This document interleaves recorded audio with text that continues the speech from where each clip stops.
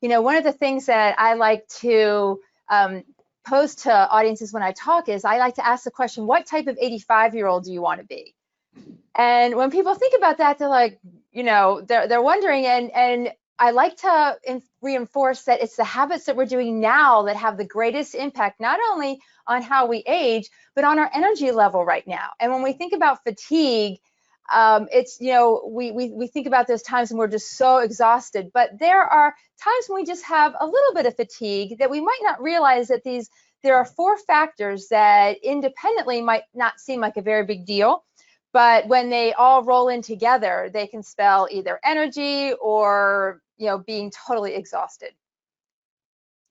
And so when we look at the first factor, the first one I like to knock off out of the way in the beginning because it's the most obvious one, and that is sleep, of course. So, but when we think about sleep, the problem is that as a society, we're always stealing nighttime hours for daytime activities. Like when we think about getting 8 hours of sleep, we think, oh, that's for people who aren't as busy as me. And when we decide to either stay up later at night or get up early in the morning, we're missing the opportunity to get the kind of sleep that is what's going to not only help us have more energy, but it's going to help us consolidate our memories.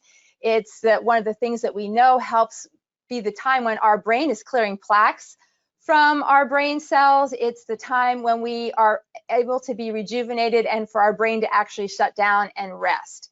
So when we get enough sleep, that is one of the things that we really want to do the most. And there are some strategies, Jason, that help us with our habit of trying to get more sleep. It also is great for our immune system. Our immune system gets suppressed when we don't get enough sleep.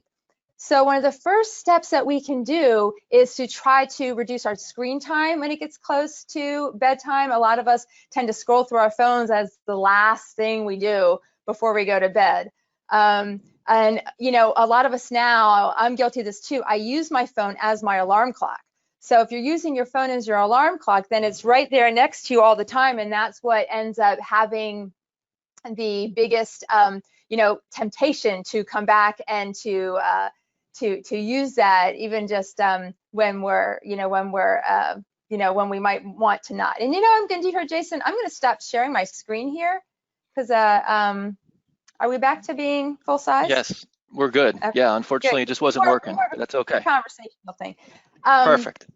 The next thing would be to think about setting more standard bedtime and waking hours. When we have a lot of inconsistencies in our sleep and our wake time, that can really mess us up. A lot of times we like to use the phrase, I want to catch up on my sleep, but our bodies don't really work that way. Having a more consistent amount of sleep throughout the week and a more consistent time when we rise and when we go to bed is going to be more helpful about our sleep cycle and fighting fatigue.